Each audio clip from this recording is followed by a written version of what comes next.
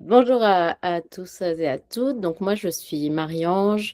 Je suis de formation initiale éducatrice de jeunes enfants, avec un parcours, plutôt en protection de l'enfance. Donc je suis diplômée depuis 2013, en tant que JE. J'ai ensuite, effectué une formation universitaire, un diplôme universitaire en sciences sociales et protection de l'enfance que j'ai obtenu en 2017.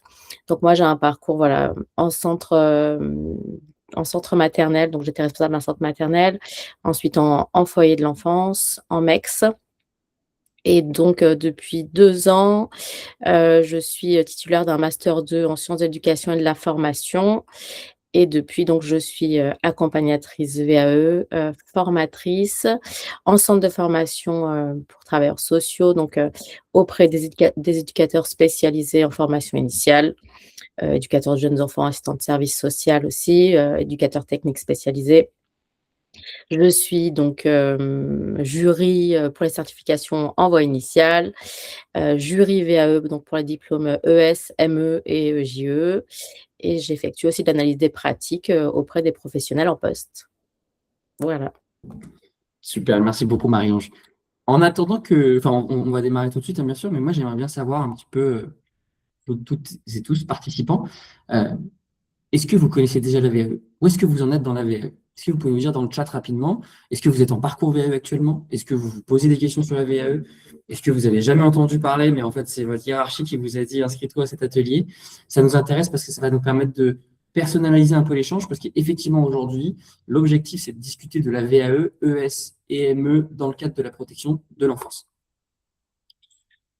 Donc n'hésitez pas à nous mettre dans le chat.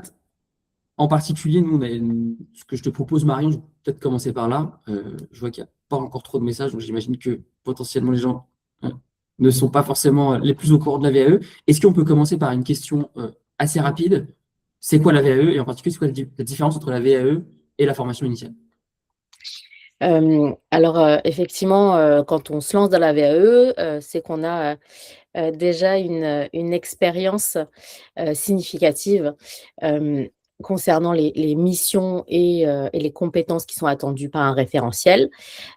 Alors qu'en formation initiale, on vient se former à un nouveau métier. Donc pour se lancer dans la VAE, il faut, venir, déjà avoir de l'expérience pour venir prouver au jury que vous n'avez pas besoin de passer, par la formation initiale, et que toutes les compétences attendues par le référentiel, vous les mettez déjà en œuvre sur le terrain. Super. Et j'ai l'impression qu'on a eu du coup Cyril et Jennifer qui ont interagi, donc c'est super, c'est le cadre parfait. Jennifer, je connais bien la VAE, mais j'aimerais en savoir plus sur la VAE ME en étant AESH actuellement. Et Cyril, déjà connu, j'allais entamer les démarches. Je voudrais ici une réponse à savoir quel diplôme j'aurais pu prétendre en VAE, ME ou ES. Alors, OK. je ne peux pas dire que c'est parfait, mais la deuxième question qu'on avait préparée, c'était comment on choisit le bon diplôme très concrètement, la différence entre ME et ES. Est-ce que Mmh. Marion, tu peux nous en dire un petit peu plus dans le cadre de la protection de l'enfance, bien sûr? Oui, alors, au niveau de ces 2 diplômes, effectivement, qui sont complémentaires, il va y avoir une différence déjà dans le référentiel.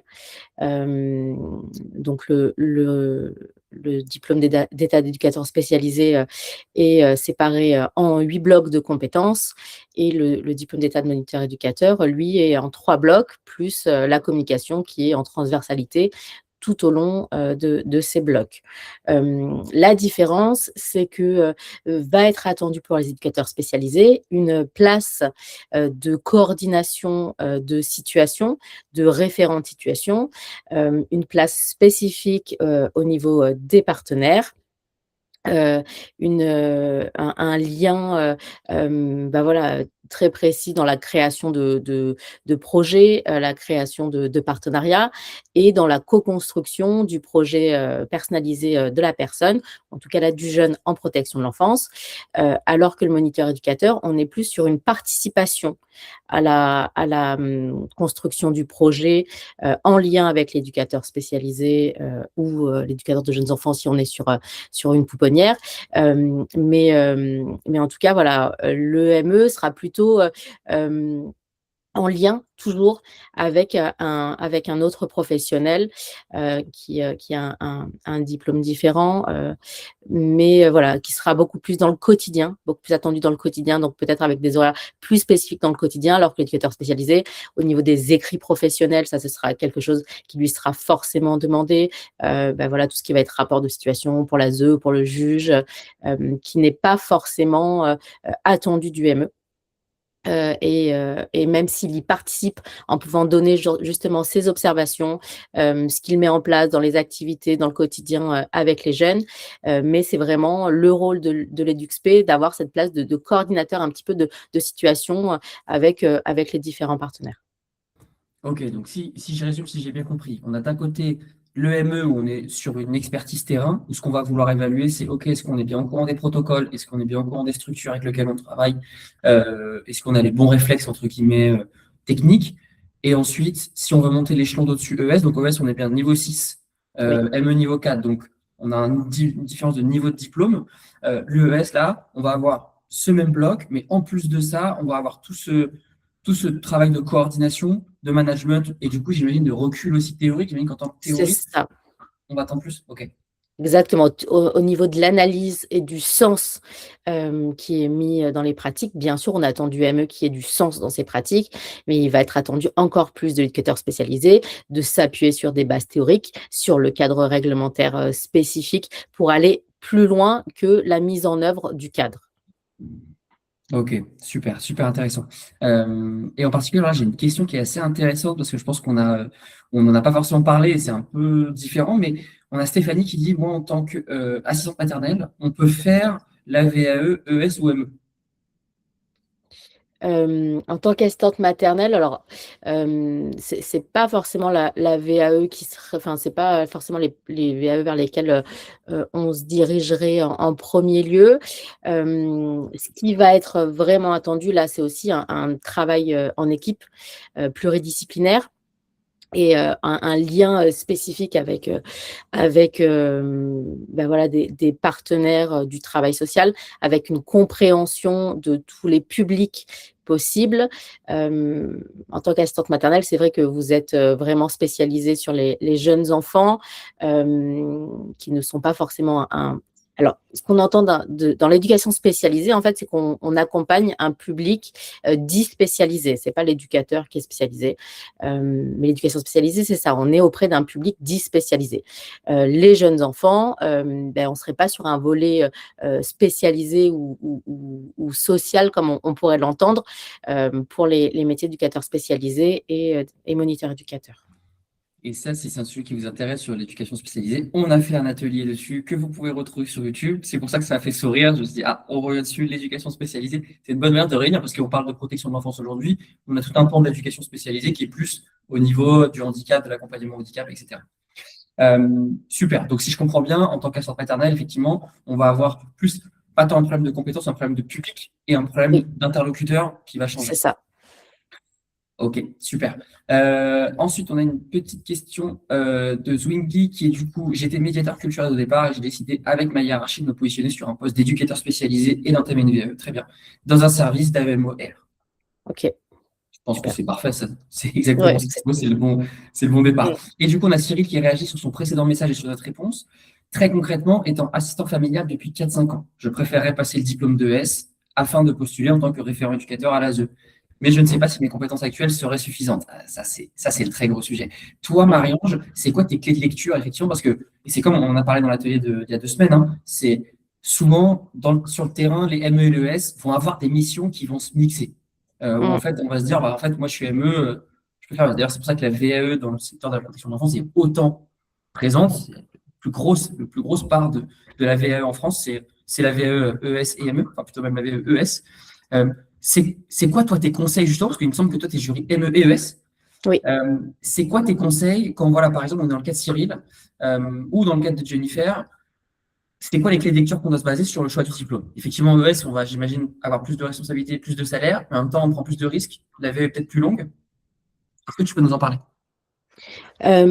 Alors déjà, enfin, effectivement, ce qui va être essentiel, c'est de prendre le référentiel.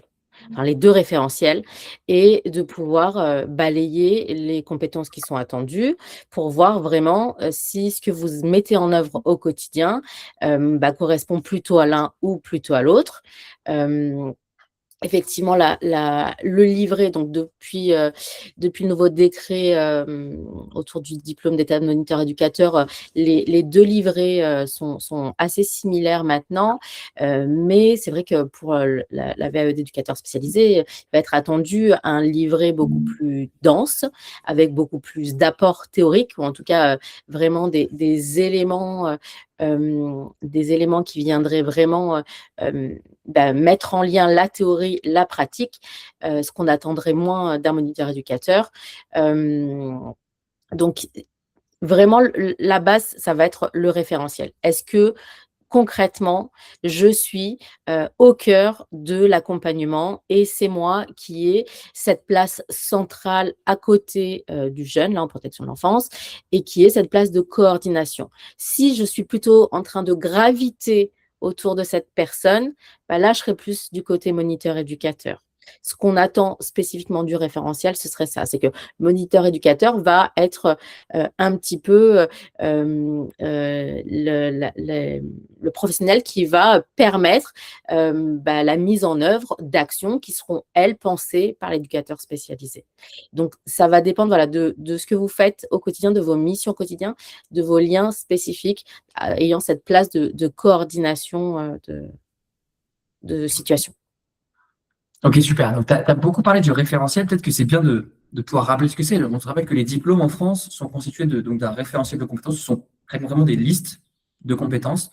Et donc, effectivement, quand toi, Marie-Ange, tu dis, regardez le référentiel, l'idée, c'est d'aller sur France Compétences. Donc, ça, je peux vous partager, par exemple, le lien. Je vais vous partager dans le chat là tout de suite, hop, de France Compétences, où vous allez pouvoir retrouver ce qu'on appelle le référentiel de compétences. Où là, c'est vraiment littéralement la liste des compétences qui sont attendues. Après, je trouve que, enfin, moi, en tout cas, c'est le retour de beaucoup de personnes que j'ai. Souvent, quand on lit le référentiel, surtout quand c'est nous qui le lisons, enfin, plutôt en tant que personne qui a passé on se dit, ah, mais ça c'est bon, je le fais. Oui, ça, c'est bon, je le fais. C'est quoi, toi, tes bonnes pratiques pour bien vérifier? Parce que je pense en particulier sur la partie coordination. Mmh. Il y a beaucoup de technicité derrière. C'est quoi tes bonnes pratiques là-dessus pour bien identifier, parce que tu en as parlé, le diplôme de S, il est plus compliqué. Plus Mmh. de, entre guillemets, plus de responsabilités, plus haut niveau, mais du coup plus compliqué. Est-ce que parfois ça vaut pas le coup de se dire, OK, je me lance sur ME, un peu comme on dit de manière basique, plat du pied sécurité dans le football. Je commence par ME, je sécurise mes acquis, et après potentiellement je me lance sur ES. Ou est-ce que parfois il faut juste se lancer et aller chercher tout de suite ES, quitte à avoir plus de difficultés et plus de risques? Je pense que, certaines fois, je l'ai déjà vu, en tant que jury, ME où, on s'est dit avec mon co-jury: «Mais, en fait, cette personne aurait dû passer ES directement, parce qu'au niveau de sa place». Mais je pense que cette personne s'est dit ça: «Je vais faire par échelon, je suis à ES, je vais passer déjà ME et ensuite je passerai ES». Mais dans le concret, dans la posture, dans la prise de recul, dans la réflexion, c'est ce qui va être important. C'est vraiment, ça qui va faire qu'on peut se dire: «OK, je suis plus au niveau ES, plutôt qu'au niveau ME». Après, s'il y a encore des compétences, ce qui va être le plus difficile, ça va être, le fait, de faire des écrits professionnels ou, d'être en lien direct avec les partenaires. Si ça, c'est quelque chose que vous ne faites pas, effectivement, vaut mieux partir sur ME, qui lui va participer à ces liens-là ou à cette, élaboration-là, mais, pour lequel on n'aura pas un attendu spécifique d'élaboration seul.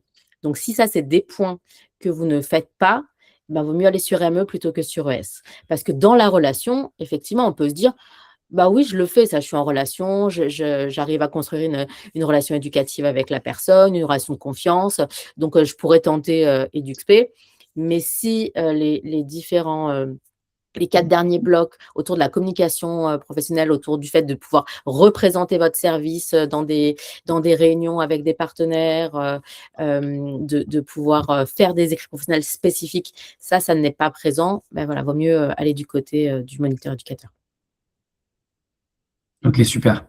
Donc Cyril, ok, merci. De par ma fonction, on gravite autour et on co-construit le projet sans le définir à la base, plus qu'on ne le coordonne. Ayant déjà le DEAF, donc OK. le DE assistant familial. Il me semble que le diplôme de ME est facilité. Alors ça, je crois que c'est que sur la partie formation, mais pas sur la Ouais. partie VE.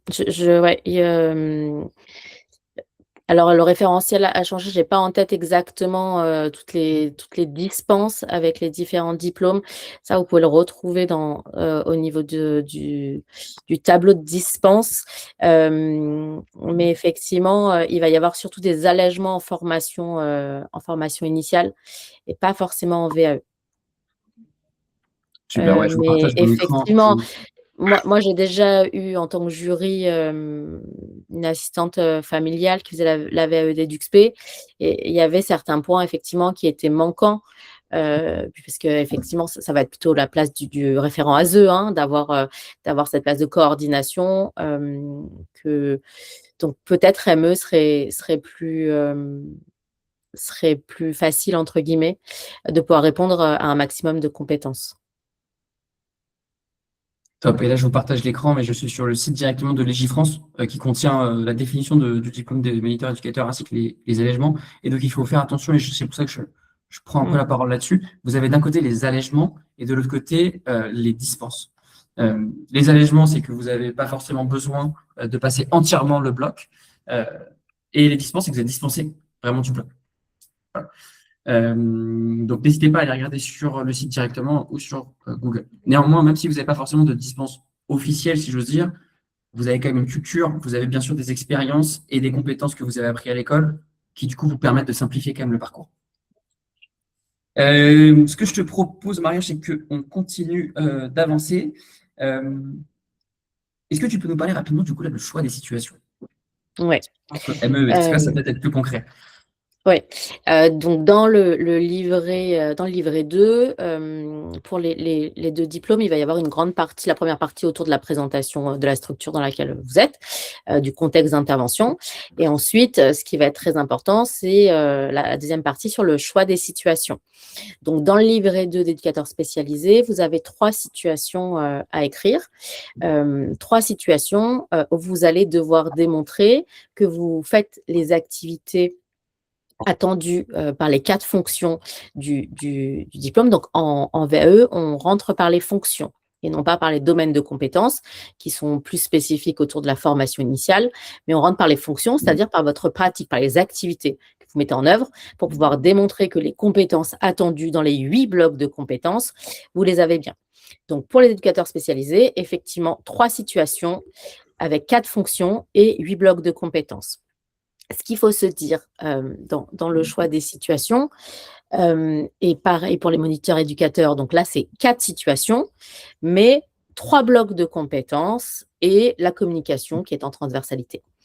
Il faut pouvoir se dire que, il faut faire des choix. On choisit une situation spécifique et on prend un angle de vue pour l'analyser. C'est-à-dire qu'on pourrait très bien, voilà, choisir, un accompagnement, d'un jeune et là, je vais plutôt aller sur, la manière dont je mets en place la relation éducative et non pas forcément, l'accompagnement, autour de son projet. Parce qu'en fait, si on essaie de parler de tout dans une situation, si on y met les partenaires, si on y met l'équipe, si on y met les parents, si on y met la relation, si on y met, le cadre légal, en fait, quand on parle de tout, on parle pas de grand-chose. Il va falloir faire des choix pour se dire: «OK, bon, bah, là, mon choix, l'angle de vue que je vais prendre dans cette situation, ça va être plutôt, bah, la, mise en place de la relation éducative et plutôt, voilà, comment j'arrive à faire ça». Dans une autre situation, bah, plutôt, là, je vais être autour du partenariat. Comment je crée un partenariat, que ce soit pour, une action, socio-éducative en collectif ou en individuel, en lien avec l'équipe. Il faut vraiment choisir en fait des situations et ensuite prendre, bah, l'angle de vue qui sera le plus intéressant pour démontrer: «Bon, bah, là, je vais être sur telle fonction et tel bloc». OK? Donc voilà, moi, ce que je vous conseille, c'est vraiment de mettre à plat telle situation, bah, qu'est-ce que j'ai fait? Quelles étaient les compétences que je suis venue mobiliser pour me dire plutôt: «Bon, bah, OK, mon analyse, mon angle de vue, ce sera plutôt sur ce point-là». Pareil pour le moniteur, éducateur qui est Ce sera un peu moins transversal, puisque l'éducateur spécialisé, effectivement, il y a 3 situations et 8 blocs de compétences à faire rentrer. Là, on est sur 4 situations, 3 blocs. Donc là, c'est un peu plus «simple» entre guillemets. Vous pouvez tout à fait prendre, une situation par bloc et une quatrième situation qui viendrait mêler plusieurs blocs. OK? C'est un peu plus «simple» entre guillemets dans le choix de la situation. Pardon, Après ce j'avais qui pas va le ouais, micro. non, pas de souci. Petite question, Marie-Ange, là-dessus. Quand on parle effectivement de choix des situations, Mmh, en fait, si on relie à ce que tu as dit sur le référentiel, on a d'un côté le référentiel de compétences, et notre objectif, en fait, dans la VAE, c'est de donner des situations, des expériences qui permettent de montrer, regardez, j'ai bien la compétence à du diplôme. C'est aussi pour ça que mmh, tu disais que le référentiel, c'était important. Et donc, dans les deux VAE, on va devoir choisir des situations qui illustrent plusieurs compétences, qui vont devoir rentrer du coup dans des cases c'est particulières ça, aussi. exactement. Ok. Et donc, si j'ai bien compris ce que tu me dis, dans le cadre de S, vu qu'en fait tout cet aspect de coordination, il est important, cet aspect de communication, comme tu dis, il me semble que c'est une compétence transversale, c'est ça qui... Non, ça, c'est chez les ME. La Ok, communication, c'est chez les ME, ouais, en transversalité. d'accord, ok. Et donc en fait, au moment où on doit choisir les situations, c'est-à-dire on se met sur sa feuille blanche et on démarre, le premier travail, c'est de se dire, ok, quelles situations peuvent illustrer quelles compétences, sachant que j'imagine que tu as dit qu'on a sur ME, par exemple, on a 3 situations, c'est ça? Non, chez ME, 4 situations 4 situations, pour pardon. 3 blocs. Donc c'est plus facile, en fait. Tu peux prendre vraiment, situation 1, bloc 1, situation 2, bloc 2, situation 3, bloc 3, situation 4, mêler 1 ou 2 blocs. Et après la communication qui est toujours en transversalité sur toutes, les situations. L'éducateur spécialisé, on va lui demander beaucoup plus de transversalité puisqu'on est sur 3 situations. Donc, on part des fonctions, donc il y a 4 fonctions à faire rentrer et ensuite pour démontrer que, voilà, j'ai bien ces compétences, attendues dans les 8 blocs de compétences. Donc potentiellement, 3 blocs, 2 blocs. OK? Ok, Et donc il va super. y avoir cette transversalité qui sera attendue. Donc il est essentiel de pouvoir choisir des situations qui ne viennent pas, répondre aux mêmes compétences, même si de base on se dit: «Bon, je pars sur 2 situations, individuelles», mais comme je disais, ça va être l'angle de vue qu'on va choisir. Et ben, là, je vais plutôt partir sur le travail en partenariat pour la mise en place du projet personnalisé, en co-construction avec le jeune. Là, je serai plus, voilà, sur le bloc, 8, sur, le bloc 4 autour de la conception du projet, alors que si je suis sur la relation éducative avec le jeune et comment je l'accueille, comment j'arrive à mettre en place une relation de confiance, comment j'arrive à pouvoir basculer sur une relation éducative. Là, on va être, sur, plutôt, le bloc 1, le bloc 2, donc voilà, ça va vraiment dépendre de l'angle de vue qu'on va choisir. Ce qui est essentiel, c'est de ne pas partir que sur la même chose. Si vous nous décrivez une situation. En fait, c'est que les situations, c'est vraiment un prétexte pour parler de vous. Donc si vous venez, décrire spécifiquement, voilà le jeune, voilà sa situation, voilà, les objectifs qui ont été pensés, ce que j'ai mis en place et que vous nous faites 3 fois la même chose, déjà on ne vous voit pas vous, on voit, u un compte rendu de situation éducative, ce qui n'est pas forcément intéressant. Ce qui est intéressant, c'est pas de savoir comment le projet du jeune a évolué, hein. C'est de savoir vous, comment vous vous êtes positionné à chaque moment, pourquoi vous avez, mis ça en place, vous, dans le lien, voilà, quand je veux, co-construire le projet personnalisé avec le jeune et comment je fais pour recueillir sa parole? Ce qui va être intéressant, c'est pas juste je lui demande ce qu'il veut. Non, c'est comment vous mettez en place un espace adapté pour lui permettre d'être assez en confiance pour vous dire ce que lui, a besoin, aimerait, envisage pour la construction de son projet. C'est vraiment toute la forme que vous mettez dans votre accompagnement qui va être intéressant et comment vous l'analysez. Pourquoi, vous positionnez de telle manière dans la mise en place de la relation. Et c'est là qu'il va être attendu pour l'éducateur spécialisé, que vous appuyez sur, des apports théoriques, sur Roussel, sur Gabéran pour la relation éducative, par exemple. Quand vous êtes sur le partenariat, sur la définition du partenariat en travail social, on peut aller sur Dume, par exemple. Toujours le cadre réglementaire. Quand je mets en place le projet personnalisé, qu'est-ce que c'est projet personnalisé? Sur quelle grande loi ça vient s'appuyer aussi? Quels vont être les outils de la loi 2002? Ces liens vraiment j'arrive à me détacher de la pratique et non pas juste une description de je dis ça aux jeunes, il me dit ça, on fait ça, on pense comme ça, j'écris comme ça. D'être vraiment en spectateur de vous-même, de la situation de vous-même, et de venir en fait expliquer, justifier, à ce moment-là, j'ai fait ça pour ça. C'est ça qui va être le plus important. Pour les éducateurs spécialisés. Voilà.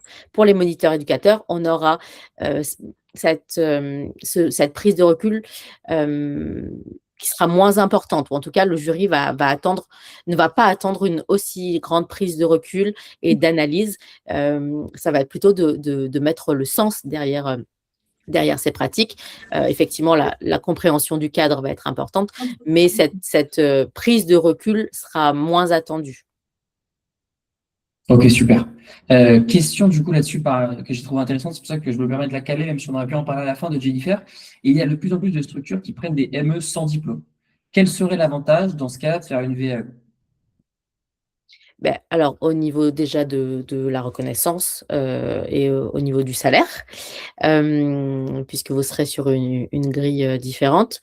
Mais après, ça vous permettrait vraiment de venir faire reconnaître toutes les compétences que vous avez acquises pour obtenir un diplôme et pour potentiellement ensuite pouvoir postuler sur des services qui ne prendraient que des personnes diplômées. Si dans le futur, vous avez envie d'envisager un autre type de structure, un autre type de public. Là, c'est de venir faire reconnaître que j'ai acquis des compétences qui correspondent au référentiel du diplôme, et donc je viens faire valider ça pour avoir ensuite la possibilité de pouvoir aller ailleurs. Et après, c'est que effectivement, les structures prennent de plus en plus de personnes non diplômées parce qu'on est en manque de diplômés justement, et que la VAE aussi permet ça, c'est-à-dire de venir faire reconnaître qu'il y a plein de professionnels qui sont déjà en poste, qui ont les compétences d'avoir tel ou tel diplôme, et qu'on ne sait pas de quoi sera fait demain aussi au niveau politique. Et c'est possible qu'au niveau politique, on dise, non, il y a des diplômes spécifiques. Par exemple, il y a eu un décret en 2025 sur les pouponnières qui vient statuer quel type de professionnels doivent être engagés, avec quel diplôme. Et donc après, voilà, le département qui est le financeur peut venir toper les structures en disant nous, on finance tant de professionnels, tant d'éducateurs spécialisés, tant de moniteurs éducateurs, vous devez être en capacité de pouvoir engager des professionnels qui sont diplômés. Oui, ce que j'allais te dire, c'était en plus de ce que tu nous as déjà dit là, il me semble que maintenant, enfin je ne sais pas si c'est maintenant ou ça a toujours été le cas, mais il me semble que maintenant les départements, les gens imposent aussi des diplômes. Parce qu'effectivement, comme tu dis, eux, ils financent un certain ratio d'encadrement avec des diplômes d'État, et que si on ne les a pas en tant que structure, les structures peuvent soit baisser les dotations, soit voire même potentiellement C'est fermer. ça. C'est ça. En fait, c'est que, alors, ils sont au clair sur le fait qu'il y ait un manque de professionnels, dans ces structures. Mais par exemple, voilà, l'intérim maintenant de personnes non diplômées n'est plus autorisé. Et effectivement, ensuite, les structures doivent rendre des comptes au département qui est le financeur. Alors, il y a par moment, ils savent, on ne peut pas faire autrement, ok, on fait une demande de dérogation, ok, on accepte la dérogation, mais pendant combien de temps ça va être autorisé, ça, on peut pas le prédire. Mais normalement, effectivement, il y a un nombre, au niveau de l'encadrement, il y a des métiers spécifiques qui sont autorisés à travailler dans les structures. C'est super clair. Donc, si je résume un peu, les trois piliers, c'est un, effectivement, il y a des conventions salariales, donc c'est un salaire plus élevé, très concrètement. Deux, c'est une mobilité professionnelle améliorée, parce qu'en fait, on peut aller travailler dans plein de structures de la protection de l'enfance, voire même potentiellement du handicap, tout du moins toutes les structures qui accueillent des moniteurs éducateurs. Et le troisièmement, c'est un peu la conformité réglementaire, j'ai l'impression, où en fait, oui, effectivement, potentiellement, une structure, elle va pouvoir recruter à court terme, Mais est-ce que vous avez la sécurité de l'emploi sur le long terme sans diplôme? C'est pas évident. Sachant que je pense que c'est quand même une opportunité pour vous de pouvoir être recruté sans diplôme et ensuite de pouvoir justement développer des expériences que vous avez besoin, faire une DAE et aller chercher finalement ce diplôme d'État. Mm. Lorsqu'on est accompagné, par exemple par toi, Marie-Ange, globalement, comment ça se passe? C'est quoi le rôle de l'accompagnateur? Mm. Alors déjà, moi, mon premier rôle, c'est vraiment de vulgariser ce qu'est le référentiel. De pouvoir prendre le temps d'expliquer aux candidats, bah, voilà ce que ça veut dire, voilà ce qui va être attendu, voilà les compétences qui sont attendues. Qu'est-ce que c'est qu'une compétence? Qu'est-ce que c'est qu'une fonction? Qu'est-ce que c'est qu'une activité? Qu'est-ce que c'est qu'une expérience? Qu'est-ce que c'est qu'une situation? On le voit, les personnes qui ont du mal à comprendre le livret à cause de termes, voilà, comme expérience, situation, c'est quoi la différence? Et qui effectivement dans la rédaction du livret, n'ont pas compris les attendus, même si effectivement, à l'oral, le livret n'est pas noté, hein, c'est vraiment l'oral qu'on vient évaluer. Mais ça va être vraiment déjà cette explication. Je vais être l'accompagnateur VAE est un peu déjà comme un traducteur de référentiel, un traducteur du livret, des attendus, pour pouvoir expliquer aux candidats ce qui est vraiment attendu. Et ensuite, notre rôle d'accompagnement, c'est vraiment de vous permettre, en vous questionnant, d'aller plus loin dans, OK, vous faites ça, mais pourquoi vous faites ça de telle manière? Qu'est-ce que ça va avoir comme intérêt? Quel sens vous y mettez derrière? C'est vous permettre d'aller plus loin à chaque fois dans votre description et dans votre compréhension de, ce que vous faites, vous, en tant que professionnel, pour pouvoir y mettre le sens. OK, bon, là, vous faites ça de telle manière, mais à quoi ça vient se raccrocher? Pourquoi là, vous agissez de telle manière et pas d'une autre? OK? Donc ça va vraiment être de vous questionner pour aller plus loin, dans l'élaboration, du livret et dans l'écriture, pour réussir à prendre justement ce recul-là, je me positionne en hauteur et donc c'est à force de vous questionner: «Mais à ce moment-là, mais c'est pourquoi?» Donc on peut être un peu embêtant. Des fois, on me dit: «Mais tu sais très bien, pourquoi je le fais».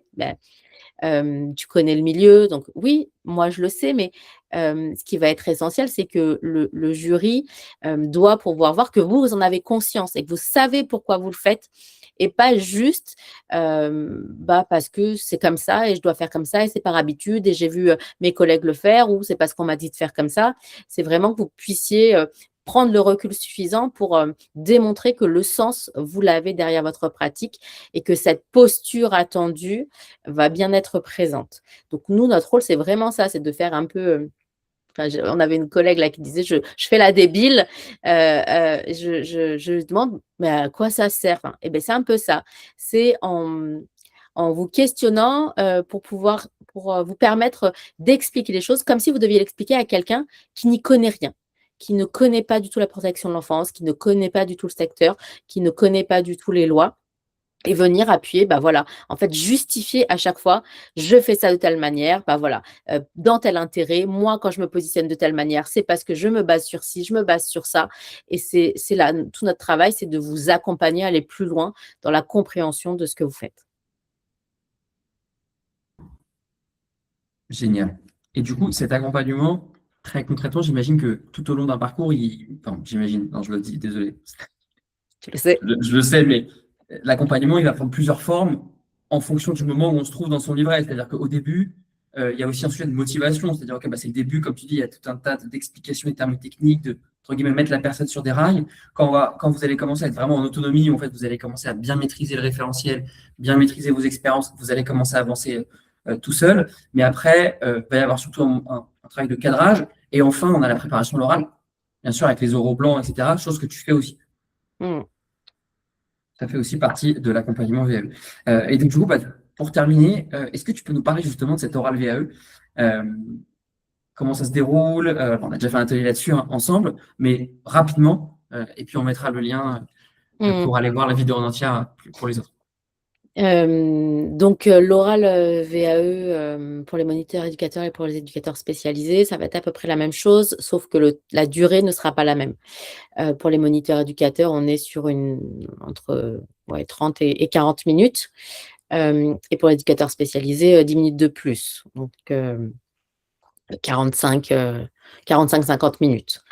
Donc il y a 10 minutes de présentation. Donc ça, c'est une partie que vous devez préparer avant l'oral, où vous allez vous présenter, présenter vos missions, présenter votre structure, présenter un petit peu cette démarche de VAE, donc en expliquant quel était l'intérêt du choix de chacune des situations. Alors, on n'est pas là pour vous entendre résumer votre livret puisqu'on l'a lu, mais voilà, venir expliquer un petit peu le choix, justifier, voilà, pourquoi ces situations-là, qu'est-ce que j'ai voulu démontrer en choisissant telle ou telle situation. Expliquer aussi ce que cette démarche VAE vous a apporté. Et puis ensuite le temps des questions.